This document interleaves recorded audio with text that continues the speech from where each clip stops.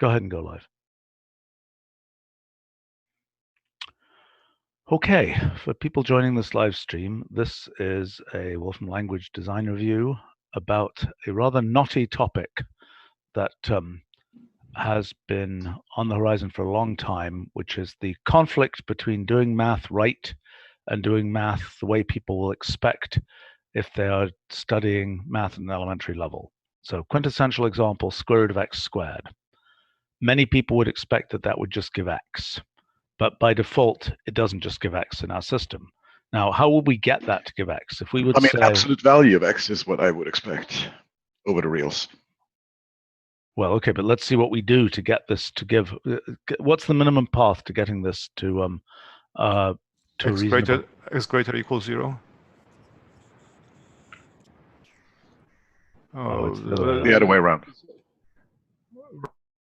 Right, and then you have to do refine them. On square root. Try simplify instead. Because assuming refine go together, simplify is sort of a one-shot. Then you have to turn it around again. Yes. Okay, so we already lost the game here. I mean, this is way, way too complicated. You know, since we're trying to service elementary users here. Okay, so let's take a look at what, for each of these cases, and what the generalizations of these cases. By the way, we've got background noise here. I don't know what that is.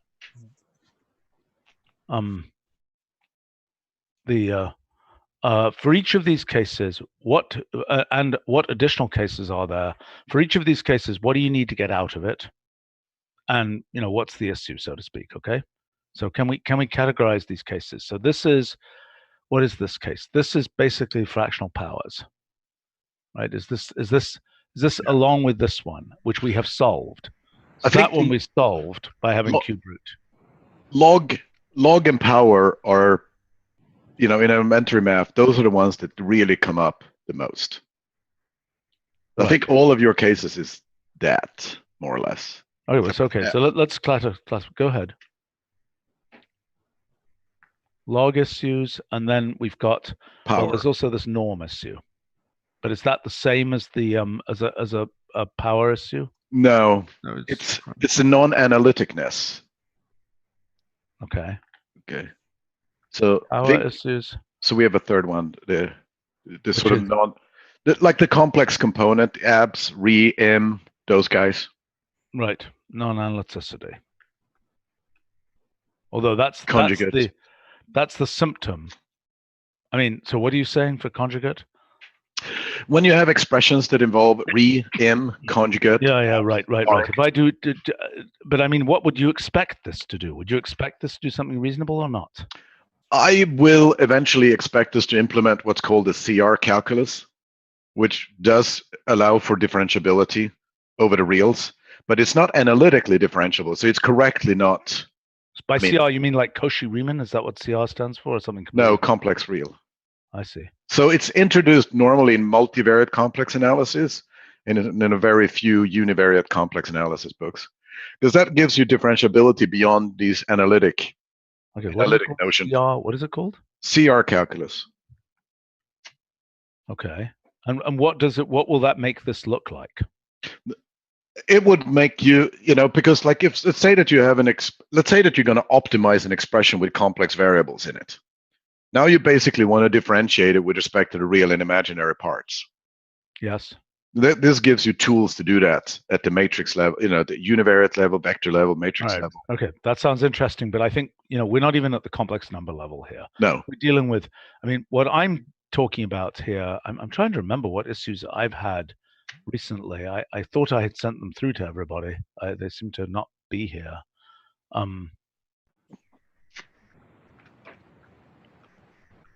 By the way, somebody has got a bunch of background noise. I think almost everybody's on mute, so it's confusing to me. Okay.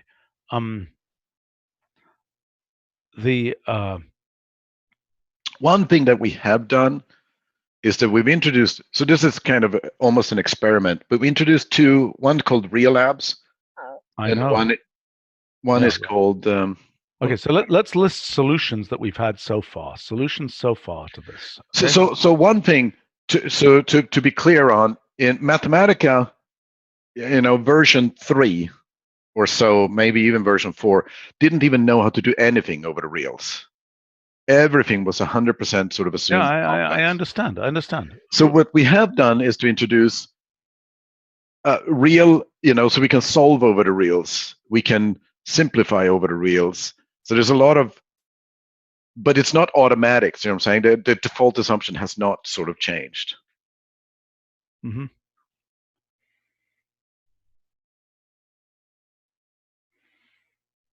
I understand that, but I'm the issue is we're trying to solve the problem. Okay, No, I'm just there. Okay. So let's look at these cases, right? Because the main problem is, okay, so first question would be, what signals of elementariness do we have?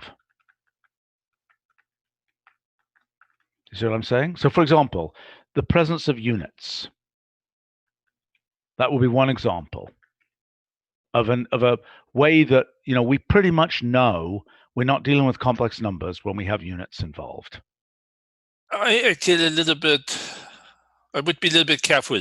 Like making an exponent 2 pi I ansatz is very common, even for simple oscillation problems. Okay, all right, okay, fine. But there's specific patterns there. But so, again, I want to know what signals of elementariness do we have? In alpha, it's the first most important one is the variable name. How do you? I see what you're saying. So okay, C so sort of interpreted as complex, or no, that if it's okay, so X is real, but WC is probably not real, at least probabilistically. I see. Right. We found, by the way, when you gave us benchmark data, when people type limits and they use N or K, they probably mean discrete limits. Sure. Right. And that's a Wolfram alpha style thing. But that's not something we can use here. But okay, so what other signals of elementariness do we have? In other words, when somebody is trying to do this computation, right? I mean, I know I was being driven crazy by some of these computations, like this one here. What was I doing? I was doing something that involved, yeah, I think when this base x is a united quantity, if this is a certain number of meters or something, then that's a signal, isn't it? I agree, but rarely does one raise a quantity with dimensions to a symbolic power. Okay, fair enough. But in this case, okay, fine. I forget what I was doing. I may have been doing something which will only be done once in the history of physics or something. So I think I'm getting to what you're potentially thinking of, is that there should be an automatic domain choice or something. I don't know. I don't know whether that's where I'm going, but I don't know. I think that's going to be difficult, right? I don't think that's the right solution. It's going to be hard to predict for a user too.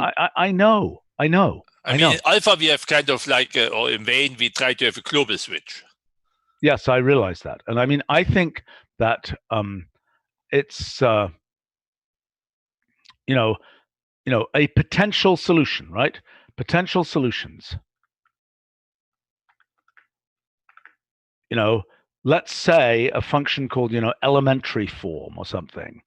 Bad name, but you get what I'm saying. So elementary form of square root of x squared is x.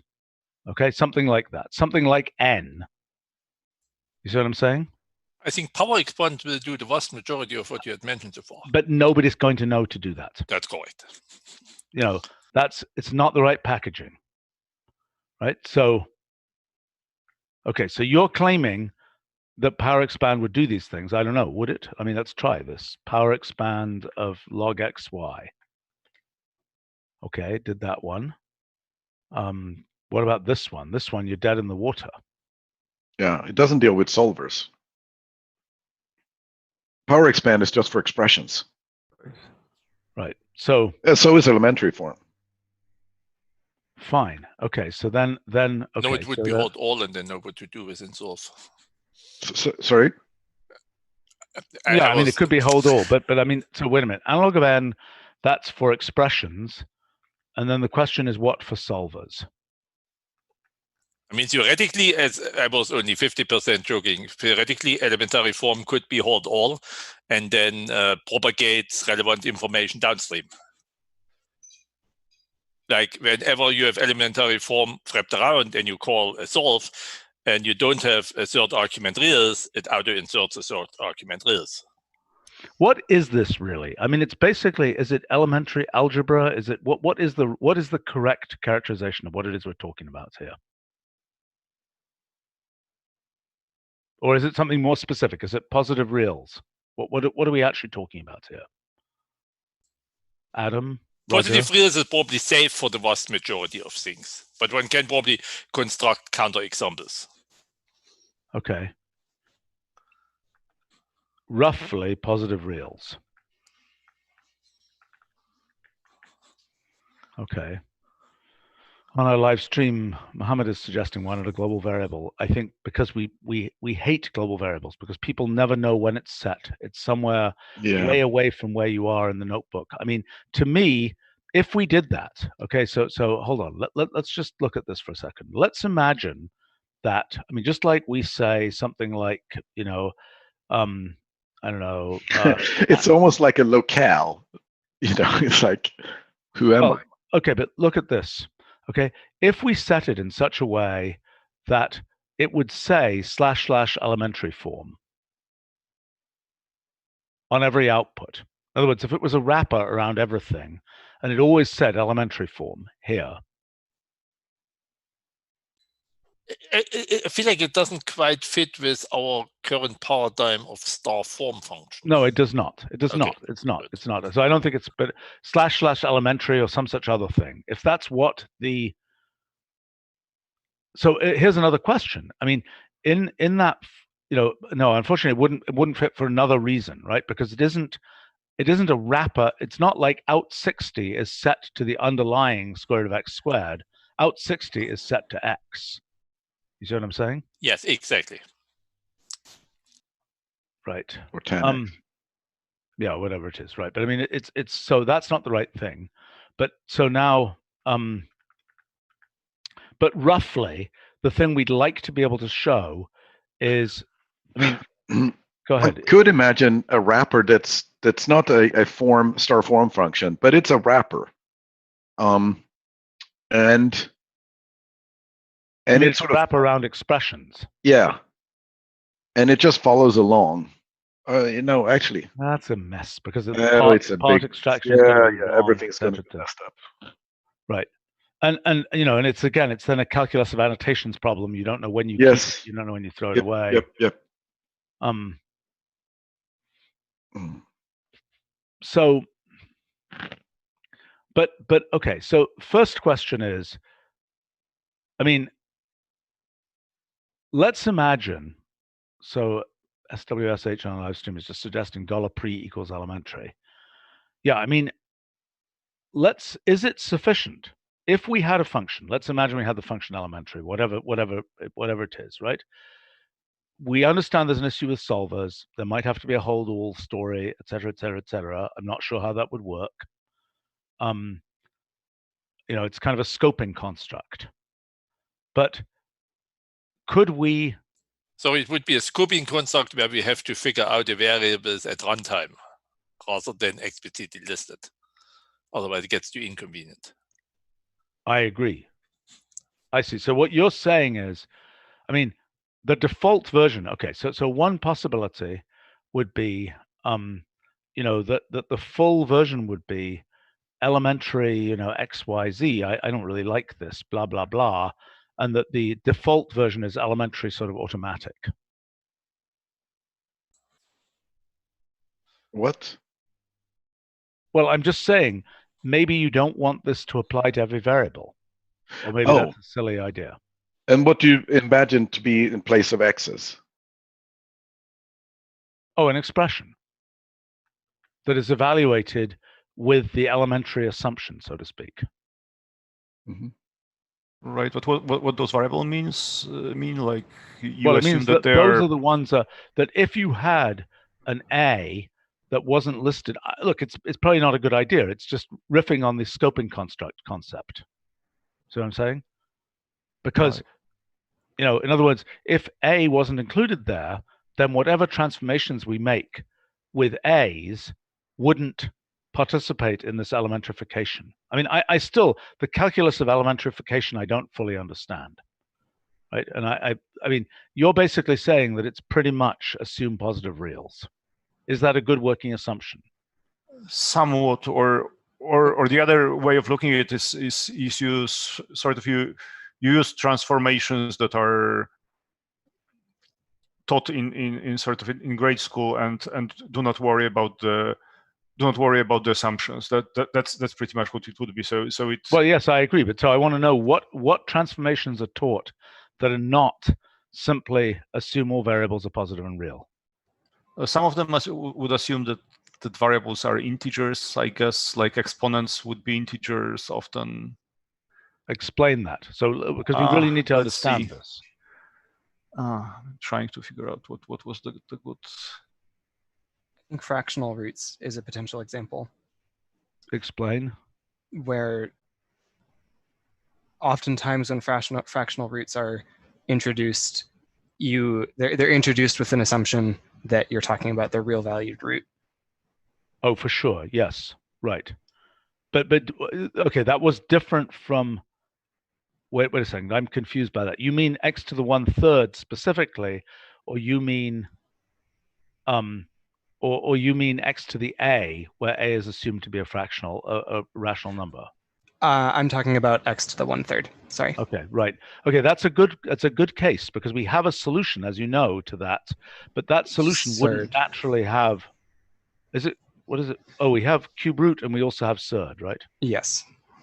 Okay, but so the issue is that, yeah, that's a really good point, because the issue is if somebody types x to the 1/3 in elementary mode, what the heck do we do? You see what I'm saying? Because it's already too late, right? So x to the 1/3, how would we untangle that? Okay, let me ask this question. If we say minus x to the 1/3, okay, and we are in elementary mode, what does that have some different meaning? That means it's minus times x to the 1/3, doesn't it? Probably, yes. I think so. Yeah. So the thing with integer assumptions so something like x times y to the power n. Well, people would expect it to be x to the n times y to the n, and they wouldn't. Oh, yeah, that one has driven me absolutely crazy. Yes. So how do I get that one right now? How do I make that one work right now? Because I don't even know. I mean, you see, okay, let me explain how I've run into this. So I'm doing sort of physics-y, engineering-y calculations, right? I'm not thinking I'm doing pure math. And, x and y are, I don't know, the radius of an electron or something, which is non-zero in the modern world.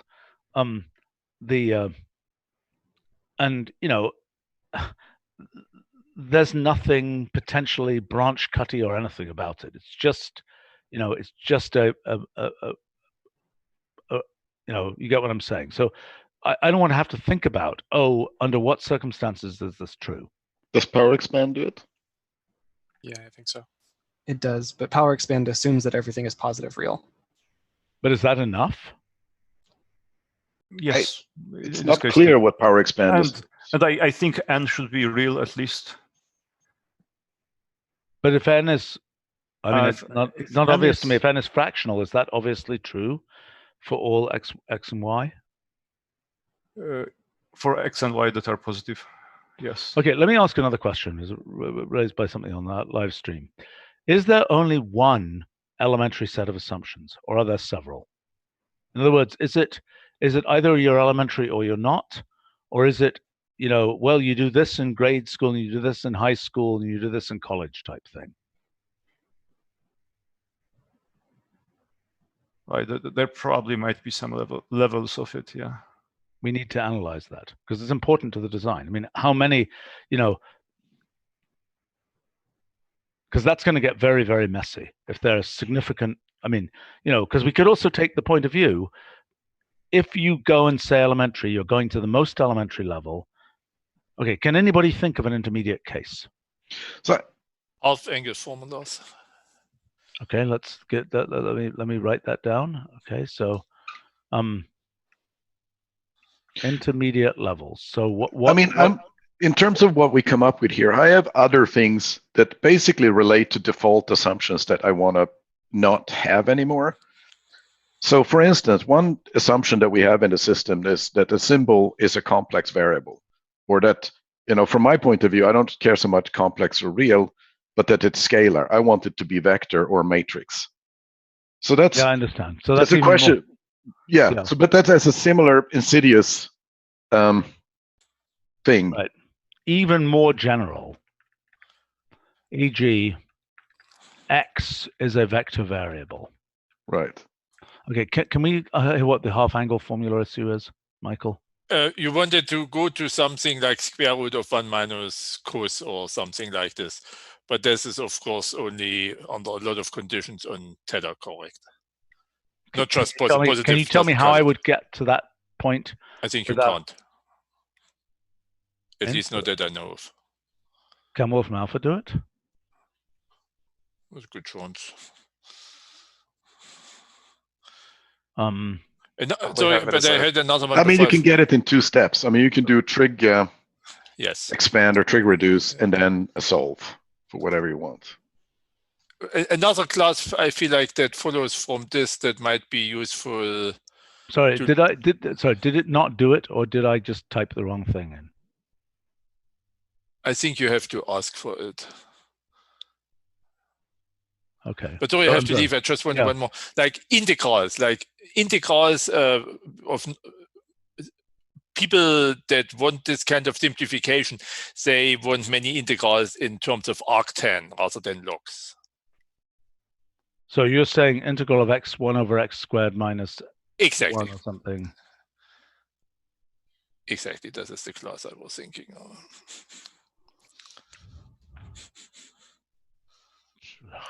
That's complicated.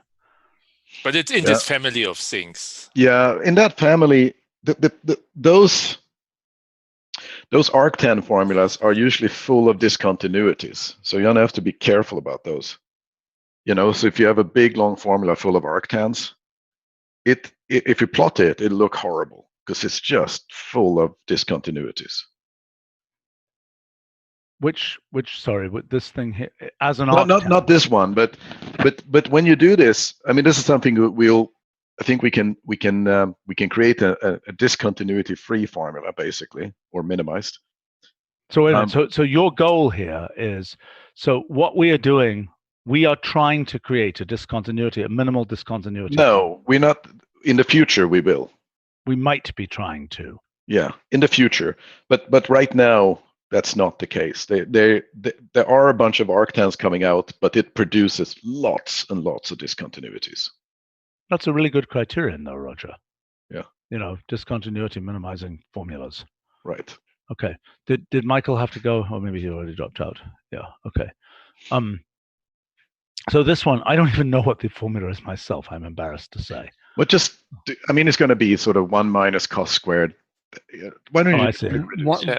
One of them shows it. Oh, go ahead, Jeremy. I was just going to say one of them is if that's sine. Oh, I'm looking at the wrong thing. Never mind. Sorry.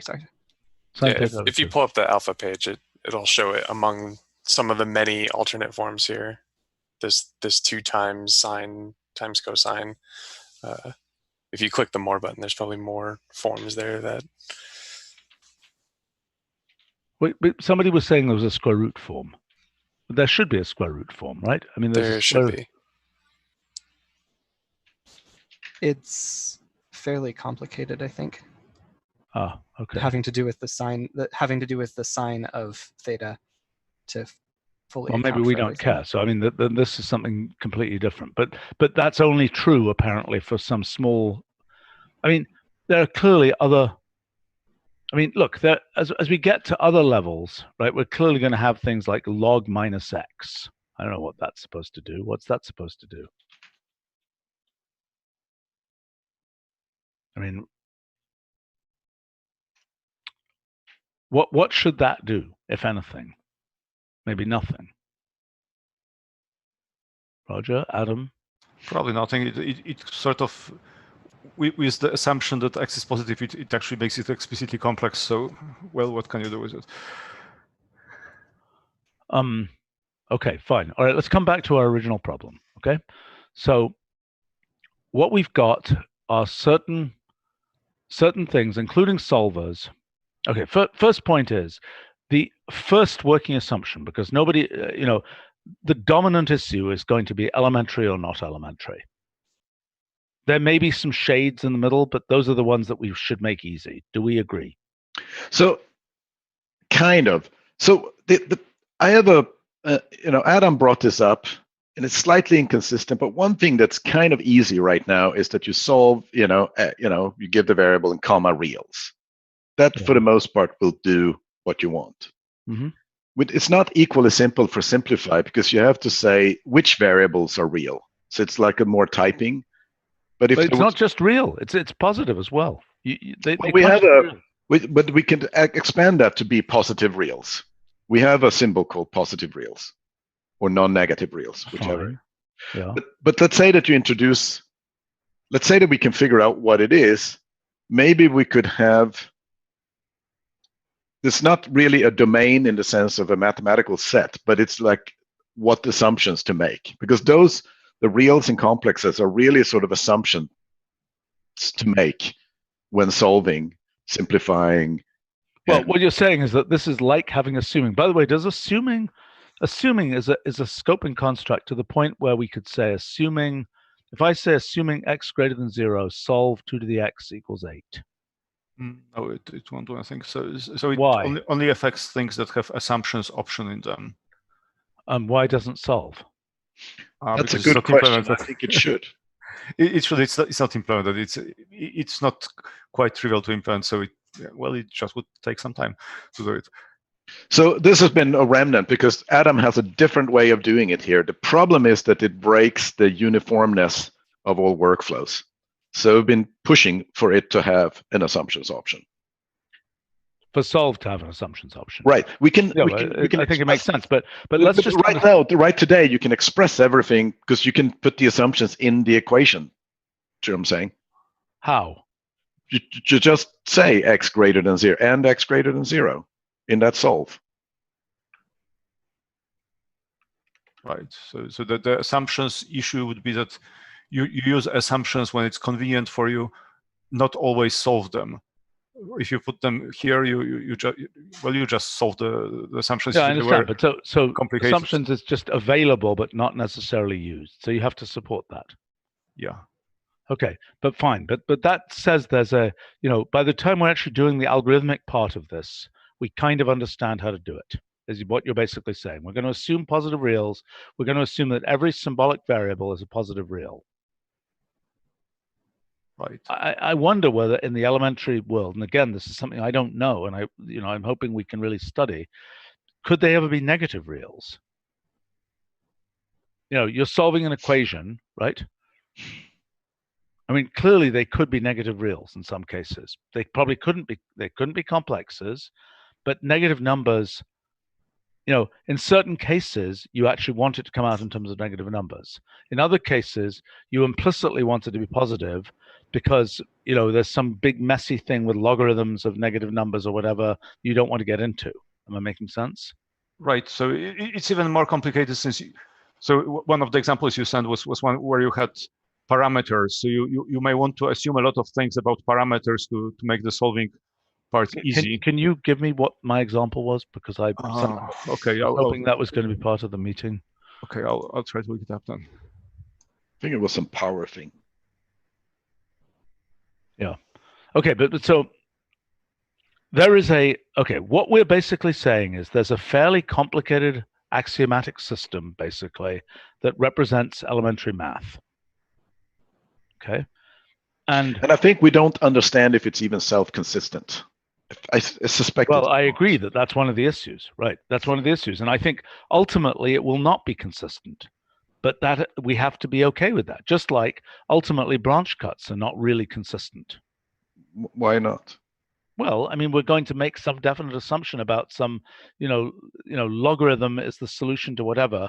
Well, okay, if you ignore the message generated by solve that says branch cuts are, this solution involves branch cuts, then you will get things where, well, I guess it will always solve the equation, but it may do other weird things. Right. But yes, you can prove branch cuts are to some extent. I mean, Michael would probably argue. I mean, from my point of view, branch cut choices is a human historical affair. Michael would argue that they're pretty consistently done. Once you set power and log, everything else is going to be relatively consistent with that.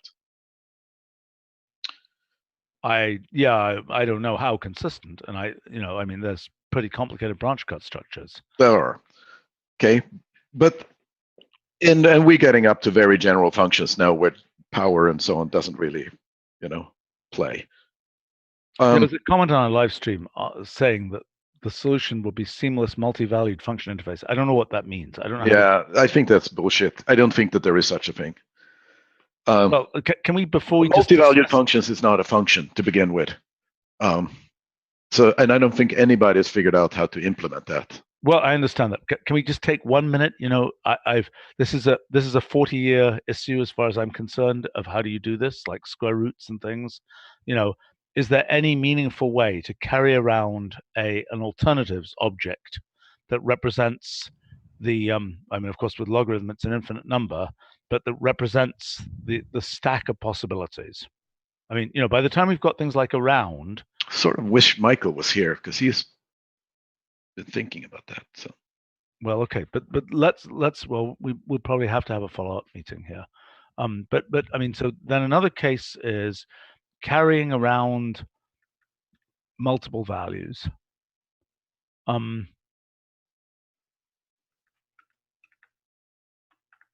So in other words, where it's called, multi-valued or something, and it says -1 + 1 or some such other thing, where we say square root of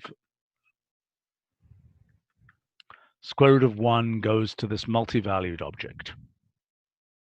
Is that obviously completely crazy, Roger? Pretty close to. I think Explain why. Because of parameters? Because I think it will explode in complexity very, very quickly. Well, I mean, like probability distributions do, but that's still not useless. Right? I mean, in other words, the question is there, I agree, it's going to be combinatorial in terms of its explosion of, I mean, and I doubt that much will merge. Yeah. If I'm making sense. I mean, one would have to try to work through such a solution and see what it. Right. I'm skeptical about when there are parameters in there. I think it could get unbelievably, deep algebraic geometry, basically. Yeah, and it's way beyond algebraic geometry because, for those transcendental functions, it's. For sure, yes. Okay, fair enough. But I'm saying when there are parameters, it looks very, very hairy. But I don't think that would. I don't think it solves. Well, okay, this is the sort of intermediate level case where people are saying, well, the square root of 4 might be -2.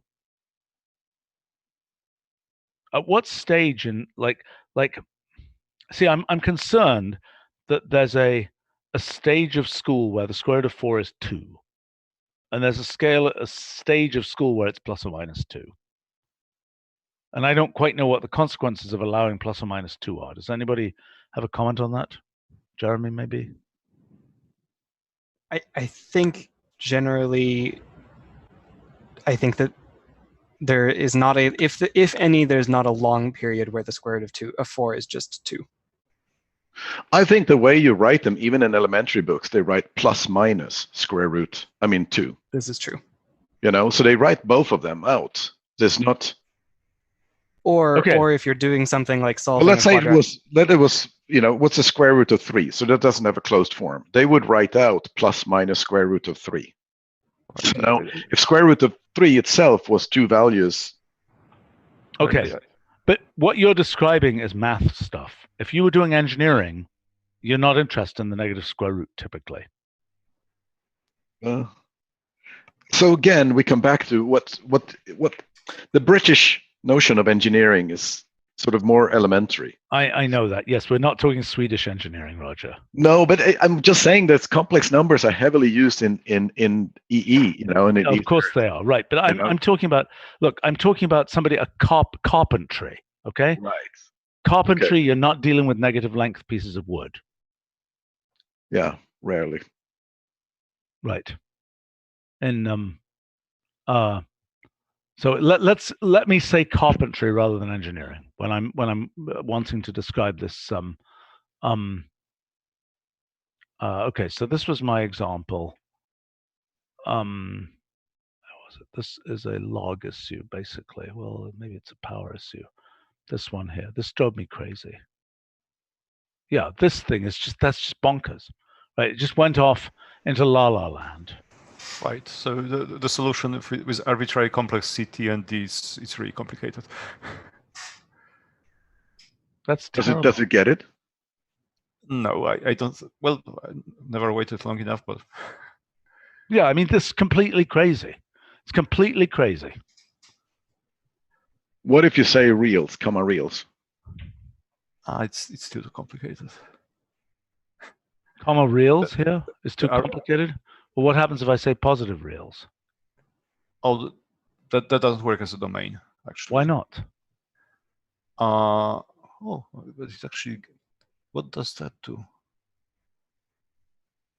Well, what is this thing? They seem to be positive. Actually, I guess it's well, I guess I implemented it and forgot about it. So it actually adds assumption that everything is positive real, where everything is a variable. So it is. You know, if we're really going to do this formatting, that if should be gray or something. I agree. And more stylized, not in the same font. Adam, I think that's just to fix that thing. Okay. It's Itai, but it can do with some feedback. We had a lot of feedback before, and there was a lot of opinions. But now that it's out, we see it in action more. I mean, it's nice. It's generally nice. But okay, so I mean, yeah, this is another case. Okay, so La La Land case, right? Cases where basically, you know, you get what I'm saying. Where that case is a different thing. You know, you could be into this. It's like I was doing this. It's like, what the heck is going on here? This is trivial. You know, why am I? You know, why am I messing around with this? See what I'm saying? Mm-hmm. And by the time it's gone into this, you know, oh, I can't even solve it. I mean, I at least want to see a message telling me how to get to something reasonable here. Yeah. See what I'm saying? Rather than just, sorry, you know, I can't solve it, even though it's elementary, right? I mean, I could do it in my head. I mean, it's crazy, right? So I see it actually does give you suggestions there. Solve over the rails. Where? On the suggestion line. Where your mouse is. Oh, well, I never look at that. Well, I don't run with it on. But it didn't do anything over the rails. But so that wasn't useful. So that there's multiple bugs here. So in addition to that, the suggestions line isn't useful either.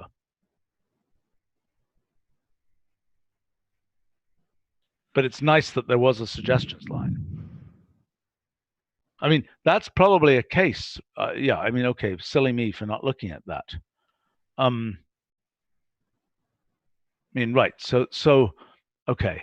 So there's a question mark here. Use suggestions bar.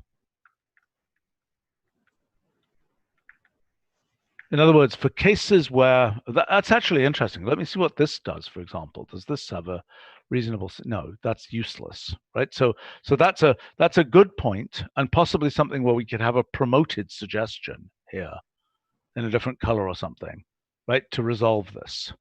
I think they are hard to write because they can only observe the output. I see what you're saying. And well, they. I mean, what would you do? It's self-evident that they can only observe the output. I know for Wayne we did. They also get the input. Right. But I think here, it's not self-evident to me that they can't do something just by looking at the output. I mean, that's the thing to analyze, I think. Okay, so let's look at potential solutions. Okay, I'm just going to add this here to potential solutions. But for instance, an awful lot here. If one could say simplify, comma, positive reals. I'm not interested. It's too complicated. Okay. It's too complicated. Irrelevant. I mean, we've got to have a way to do this so that for elementary users, fundamentally, they can be in a mode which is easy to understand what's going on, where it is just doing elementary stuff. Telling them, oh, you got to go simplify over the positive reals, you lost the game. Right? So then the question is so someone suggested a global variable, which is sort of kind of what we're talking about in a mode. Yes, it is, but I don't know how to implement that. But okay, look, there are two levels of this. Okay, first level is, can we package it so that it's / elementary or something? Okay, once we've got it packaged like that, switching on elementary by default, I can imagine ways to do that. Am I making sense? Yeah, that's similar to the real only assumption we have in Wayne. Fair enough. The other thing that I was thinking about, so the way to do that, since we probably can't tackle every solver in one go, is what I'm thinking about is sort of that what we have done with these domain, generalize the notion of domain to kind of be automatic or something other that isn't a mathematical domain, which is more, sure, signals it how to behave. No, I think that's right. I don't think it should be called positive reals. I just don't think, because that's not the whole story. I think we need a notion of the, elementary rules apply or something. I don't know exactly how that works, but the question is, look, there's two levels of this. One is, let's say we have the elementary packaging, okay? Then what does that packaging turn into algorithmically? And as you say, is it even consistent? Right? Yeah. And we got to know the answer to that, because if it isn't consistent, doesn't mean we can't do it. There are plenty of things we do which are not really consistent, as in, 0 times x is 0, right? And clearly if x is I mean, there's if x subsequently becomes infinity, then we're out of luck, right? But there are things like that one has to do, and I don't think there's anything. I personally am not that scared about inconsistency in the elementary math case, because I think, yes, there will be, but that's why people go on and learn more advanced math. I mean, it's okay.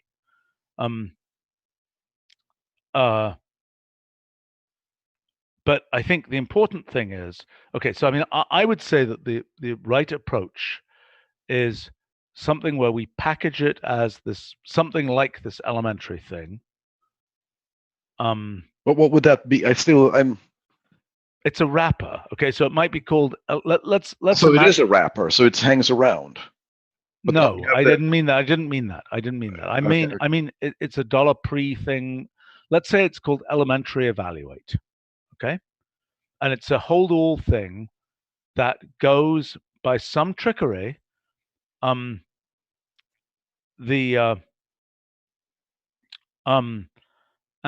goes in and rewrites the solves and all that kind of thing. And essentially, if you're using, elementary evaluate, okay, so for somebody like me, who most of the time wants the full fanciness, right? Then I would know that when I'm in a situation like this, I would try this and, oh gosh, it doesn't work. Then I would say, let me do elementary evaluate on this. A little bit like the way I would say do n on something. You know what I'm saying? If the integral, if I can't get the integral analytically, I just say n of it, and and it'll produce something. So I mean, I think that's the cognitive flow. Now, in terms of elementary users, it might, okay, so there are a couple of different arguments. For the most elementary users, they're going to be using Wolfram Alpha Notebook Edition, almost certainly. They're not even going to be using this. And yeah, I mean, let's remind ourselves, why is this taking forever to start up? What's going on here? What is going on? Oh, that's weird. Okay, so let's remind ourselves how this works. So here, where's the real only assumption? Is that in here? Yes, try using real numbers only. So in other words, if I say square root of x squared here, abs x. oh, for goodness sake. That's a fail, if I might say so. It is. Etc. It's used in solving. Yeah, I think it's only in the solvers. Well, this should be, I'm sorry, but this is wrong. I mean, you should get that fixed. And okay, so if I say, oops, if I say up here, try using real numbers only, and I do that, you're saying it's not going to affect this. Laugh. Okay. Yeah, I think, oh, by the way, there's this, SWSH is pointing out something weird here. Let's take a look at this. This is a solve issue again. X equals t squared and x is greater than 0. What? Why isn't that t equals square root of x? Huh? Wait. Sorry.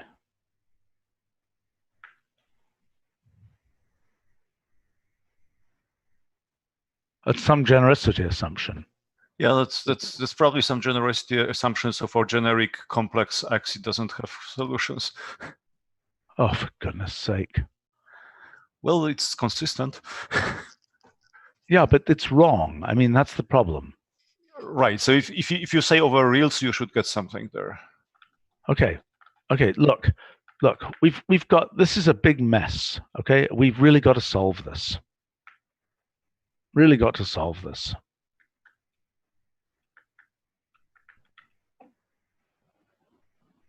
Right. So that for generic complex X, you don't have positive solutions.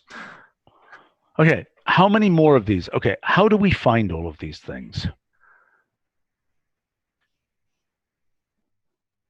Right. So I mean, for example, here, if our elementary wrapper basically sprayed positive reals assumptions into all the solves, it would correctly do this, correct? Yes. Unfortunately, positive reals doesn't work with this. Why not? It returns the same as reals. Why?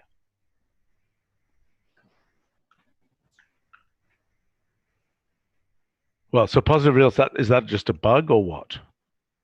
Which one? No. Jeremy is saying that positive reals doesn't do the right thing in this case. What does it do? Oh, it works. It does the same thing as in 75, though. What's wrong with that? Oh, I see. Why is it giving an assumption? It shouldn't be giving an assumption. It should just say t is square root of x. It just should say t is square root of x. Right. Everything's a positive real. So there is no solve with assumption. It's a condition. You solved it for x being positive and t being positive. So your solution includes the condition that But that's positive. Wrong. Okay, that's wrong. It should not. There's no reason to include. There's no reason to include the assumption in the output. I just want the solution t is square root of x. I don't want it to have this crazy conditional expression. I already told it the conditional expression. I said resolve it by saying assuming everything is positive real. Right. So there is no assumptions in solve. It's a condition, meaning okay. So it's wrong, Adam. It's wrong. Let's fix it. Okay. So there's nothing more to say about it. It's a bug and it should get fixed. So I mean the correct answer here is t is square root of x. Is there any problem with that? No. Okay. Good. All right. That's what you would get if you refined or simplified it under those same assumptions. Right, or if solve had the assumptions option and was actually handling assumptions, which it doesn't. Okay, right so now. let's just fix it, okay? Right, so let's we need to implement the assumptions option, yeah. Yeah, let's fix that, right? So, okay, let's come back to the original question, right? So let's imagine that we had this notion of elementary evaluate, right? And what does elementary evaluate really do? Okay, what it really does is it sprays various kinds of assumptions. It has a list of things it does. It puts assumptions into solve. Now, I don't know whether, is it enough to wrap an assuming around everything, or does that not correctly, seep into things? Well, we just talked about solve doesn't have assumptions. I know. That's a bug, and we're going to fix it. Okay? That's just a bug. Okay. So let's keep going. We, assume that that's been fixed. Does assuming seep into all of these functions or not? I think it needs something more complicated, because it actually needs to use certain rules rather than assume that something. So if you have you don't make an assumption on x if you have like square root of 1 minus x squared, then it should actually assume that 1 minus x is positive. Okay, so hold on. What you're saying is it's not enough. Okay, so wait a minute. It's not enough to make assumptions on variables. Okay, hold on. The only question, what about auto-evaluations? So that's a big deal that Stephen has been pointing out here. I typed this in, and it doesn't come out the way I want it to come out. Right. So it's not going to be good enough. Assuming right now does not interact with auto-evaluation. Right. And possibly it should. Okay, so that's a different issue, right? Should assuming, affect auto-evaluation?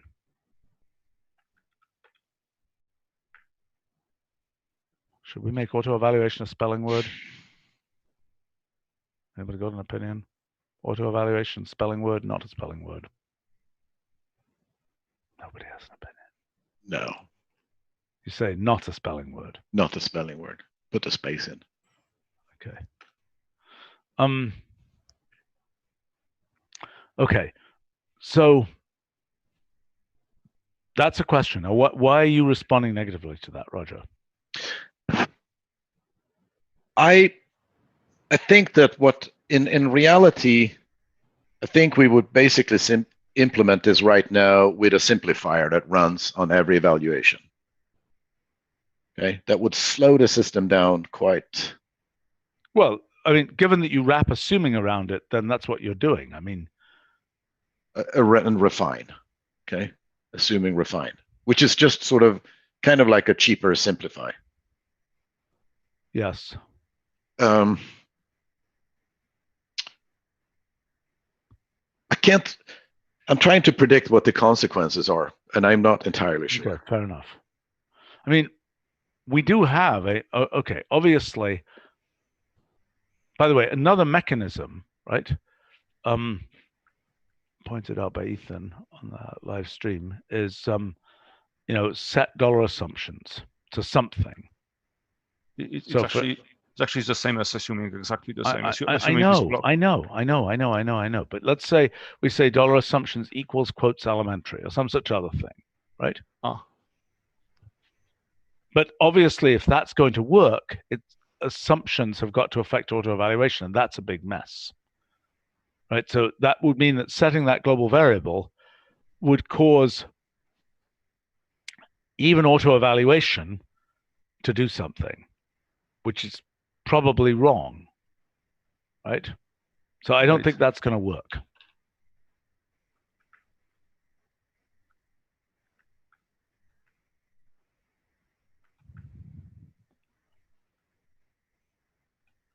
Okay, so what we're left with is the concept of an elementary evaluate. Yeah, see, like I think that elementary evaluate, is kind of your name for the simplifier that runs. Yeah. It's not just a simplifier, Roger, because it's got to seep into. Yeah, so it's going to set some mode. I mean, I think potentially this kind of elementary could be kind of an alternative to these other domains that we have there now. That's sort of a one-word. Right. Hey, I want to understand your square root of 1 minus x squared example. Adam, please. Right. So if you do square root of 1 minus x squared. Square root of 1 minus x all squared. No, under square root. Okay. So yep. And then what? And 1 minus x in parentheses.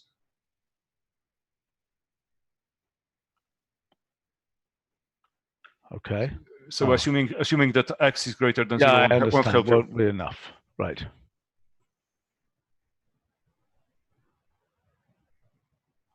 Okay. So this is what I was hoping we would get to in this meeting is what is the axiomatic system of elementary math?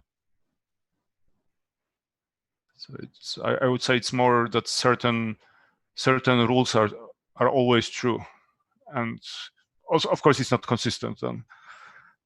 Okay. Do we have that list? Do we have a we need a characterization of what the axiomatic system of elementary math is. And then how would we even tell it? If we wanted this to be simplified, how would we get that to happen in the current system? Well, power expand would do it. That's what I'm saying. Power expand is not self-consistent. And there's no simple way of saying what power expand. Power expand is just a great big hammer. Yeah. I mean, power expand is a hammer similar to the one I'm asking for now. Exactly. And so the rules used by power expand are not, they can't be listed. You see what it did here, right? Yeah. It's if you wanted to see the domains for X for which this is valid, it was different than some other power expand.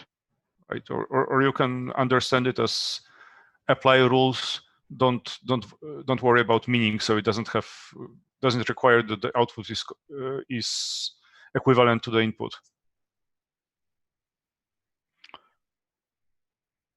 Right. There's no guarantee that power expand is a simplify. Well, because simplify attempts to make the output mathematically equal to the input, but power expand does not. Right.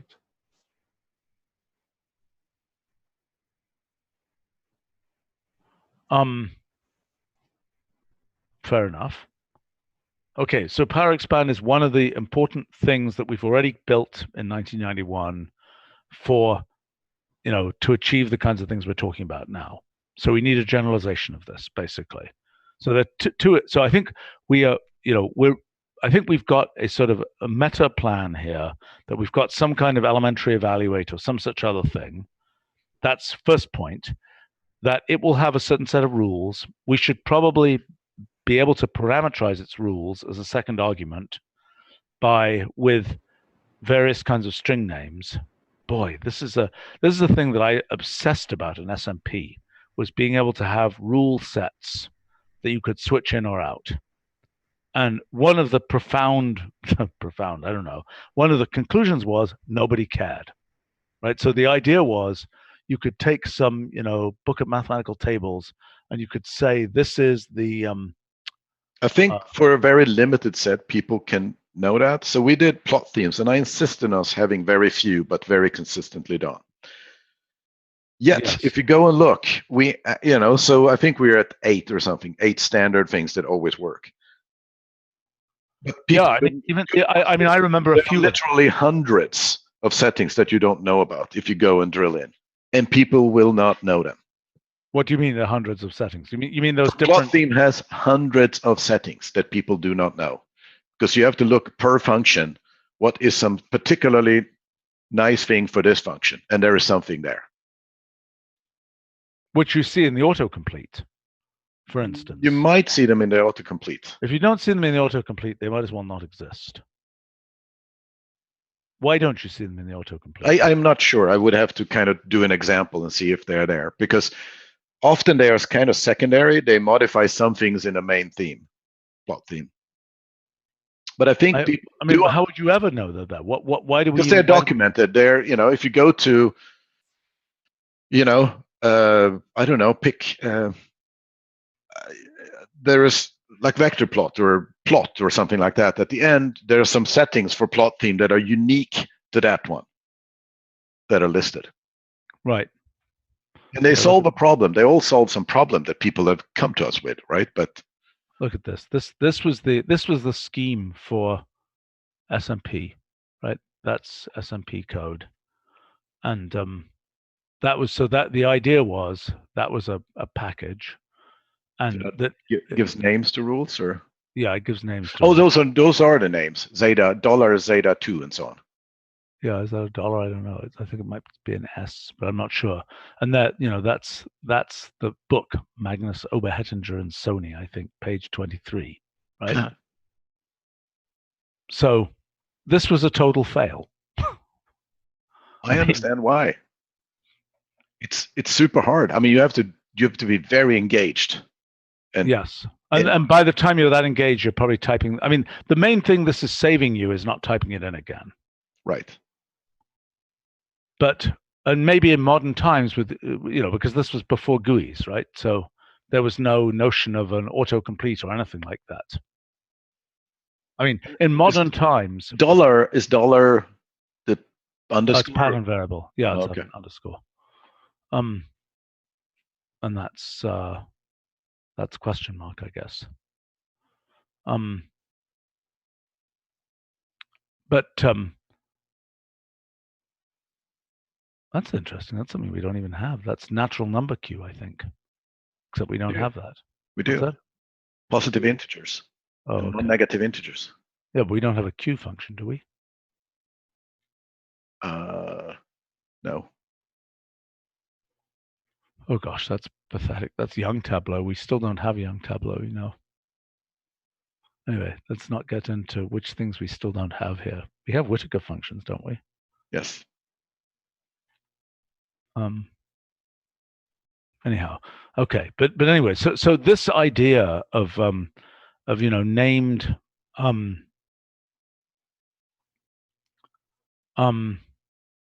boy, I should go through and check that we actually have all these functions now.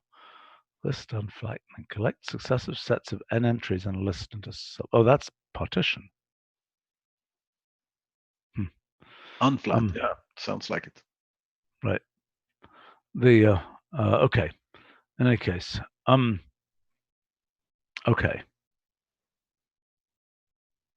That's actually an interesting suggestion from SWSH on our live stream. Nice thing for students would be for solve and so on to somehow point out what assumptions have been made.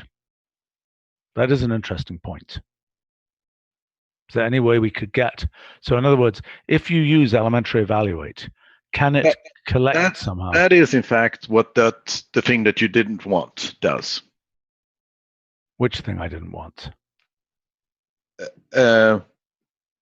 You saw the answers that had the conditions on X, for which this is the solution. Yes, okay, fair enough, fair point. Right, so you're saying, so the question is, should there be a way for elementary evaluate to return with a wrapper that says its conditions?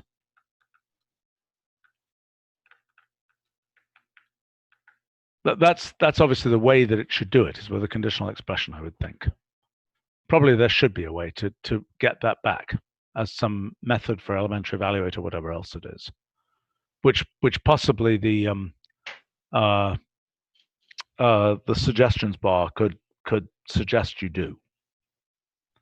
In other words, if you want to know what assumptions were made, e.g., after you get a result, the suggestions bar could suggest you rerun,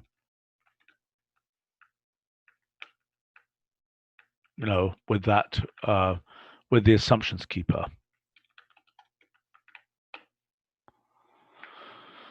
Okay. Well, look, it seems to me the next thing to do here is inventory what is this axiom system, basically, and go think about it, because I think we've only got to about 1/3 of the things that have to be thought about there. Yeah. I think it's a bunch of rules. I don't think it's an axiom. I just think that they're Fine. changed. It's a bunch of transformation rules, right? Yeah. Okay. But okay, fine. So that's first thing. Second thing is the actual UX of elementary evaluate. Okay. I mean, one thing that's obviously coming is the one thing. If you just do it, there's no problem for it to deal with what. Okay, man. Oh no, you wanted auto evaluation. I was going to say there's no penalty if you always have it apply just when you do it, because then you have a reason to want it. And that little extra cost is not a big deal. If it's going to penalize everything in the entire system all the time, it starts to be a little bit of a problem. Wait. What are you saying? I mean, you're saying, look, the issue is, go ahead. What were you going to say? I was saying that, so part of it is that it sort of sets up kind of like a mode, basically like assumptions like, state of some kind. I would think of it more as a lexical mechanism. That is, particularly if it's rewriting code. Well, I don't know if it's lexical. It's a good question, actually. Is it lexical or is it dynamic?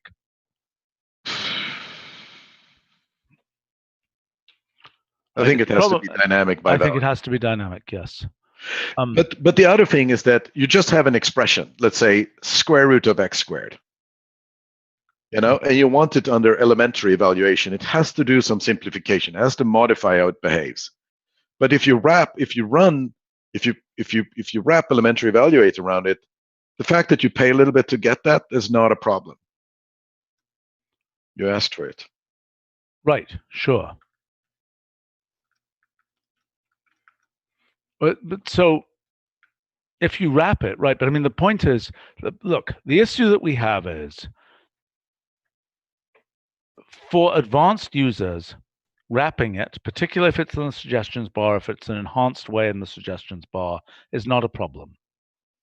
Okay? In other words, for users who understand what's going on, but just don't like my example of that solving that ultimately that power equation that I had down below, so to speak. Mm-hmm.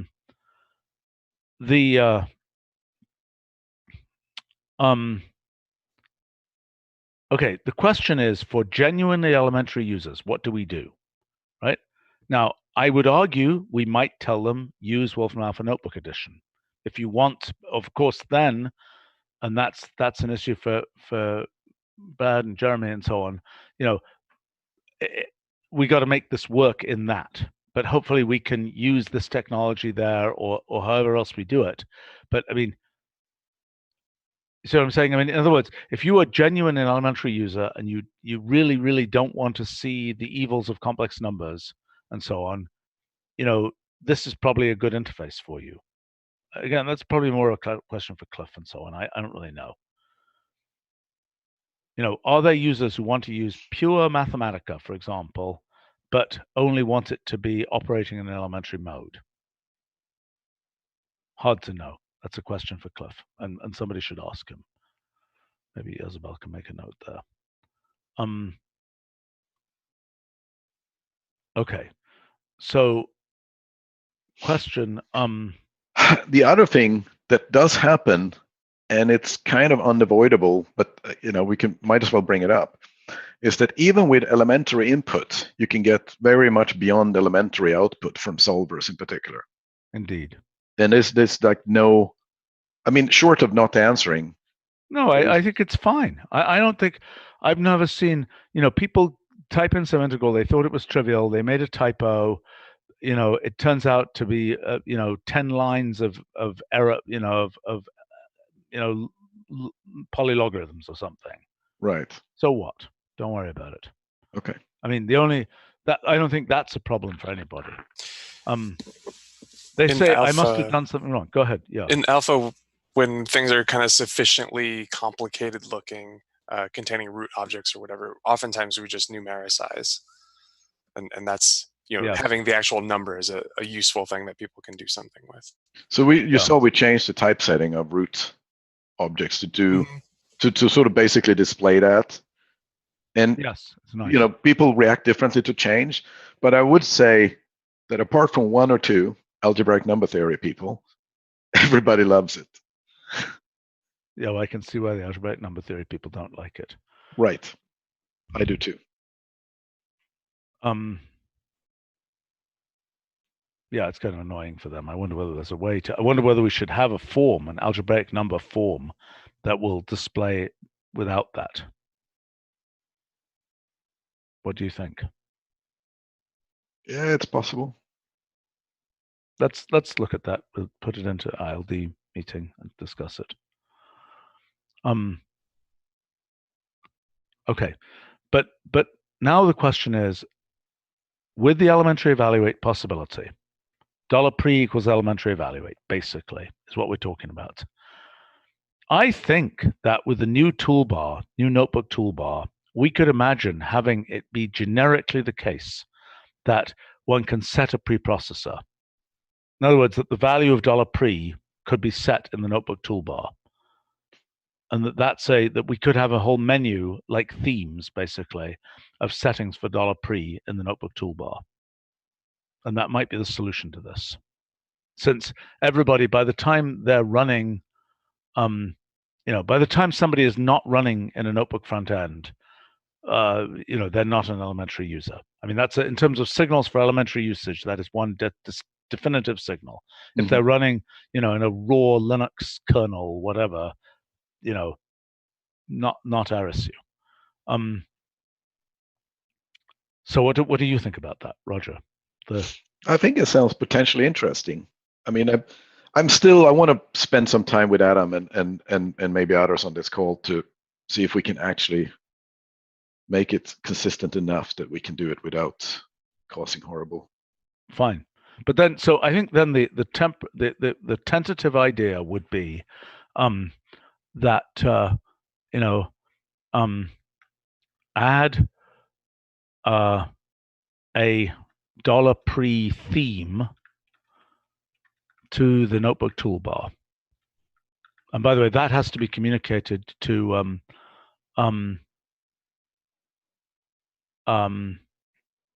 I just thought of another idea. And people hate our list representation of matrices. For people that do linear algebra, it's just the wrong thing. So that's another one of those, actually. Well, fine. I mean, so maybe that's a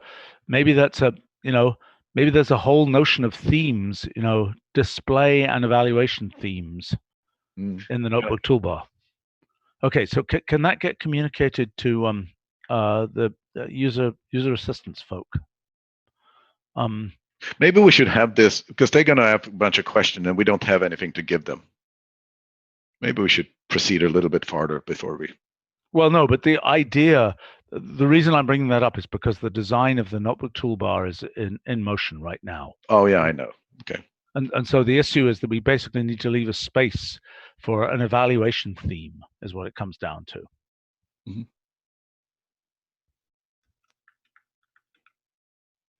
I like this idea, actually. I think this would give us an opportunity, because then, you can, as a matter of the style sheet, you could then set, have a different setting for the menu of evaluation themes.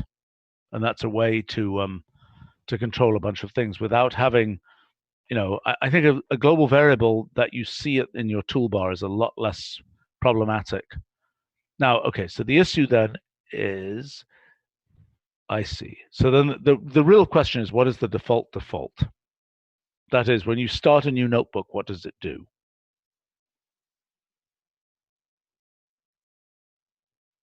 And I suspect that's a thing that, I mean, that thing gets into another whole can of worms about like setting that in the installer and so on. Because, we have to. I think we have, I mean, it's like, what do you want to run with? Do you want to run with that help suggestions bar on or off? You set that globally for a session or for multi-sessions even. And I think, isn't it the same thing here? Yes, probably. I see. So what you're saying is, I see. So this is just going into the persistence. Okay, so this could be stored in your global persistence location, which then goes across the cloud, etc. I mean, when I start a new notebook, it doesn't come with a suggestions bar because I've turned it off. I understand, but we now have this whole notion of persistence locations, which will go across different, the machine, your whole account, the cloud, whatever. Oh, even more global. Great. Right. Yes. Right. So that's the right thing. So basically what can happen is in the menu that sets this, you can decide, when you set it, you can decide whether you want to set it really globally. I mean, I suspect that there will be a desire in some educational settings, for example, that the installer actually sets this for people.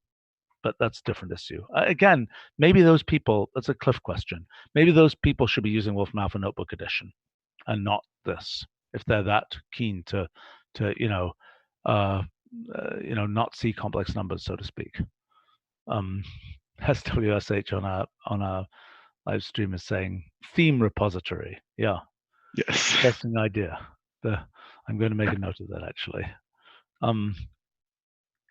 It certainly seems like to me if a school district was using our technologies broadly, right? Mm-hmm. There's a case for the classes that start with just Wayne, but I think that there is a place for either on the classroom level or a grade level having, like you're describing, having a whole class that individual students don't have to go and set this themselves, that it's okay. The right way to do that, though, the right way to do that is that with this thing that we're also talking about for Wolfram Alpha, which is this class linked cloud system, where basically every login where a teacher can basically set something that says produce results without complex numbers, and that can be done essentially through the cloud, through the login system for those particular users.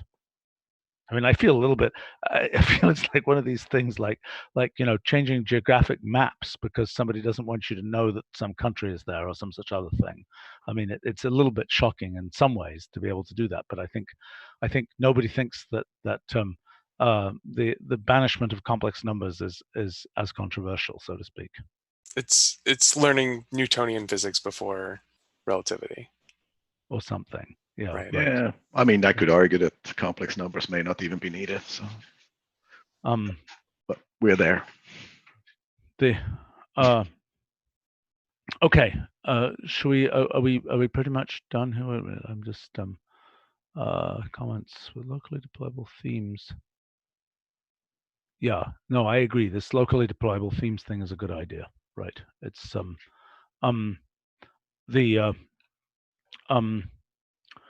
okay. Anything else for this meeting? Nope. All right. So let's circle back, as they say. Can we get this notebook? Yep.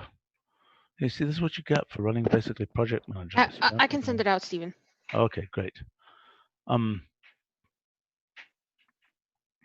Okay. Sounds good. All right, that was productive. Thank you very much. And thank you to folks on the live stream for a bunch of good suggestions. Actually, we have one more thing coming here. Let's just see what's being said in case it's the most important thing of the day. No, it isn't. Okay, great. Thanks a lot, guys. Okay. See you another time.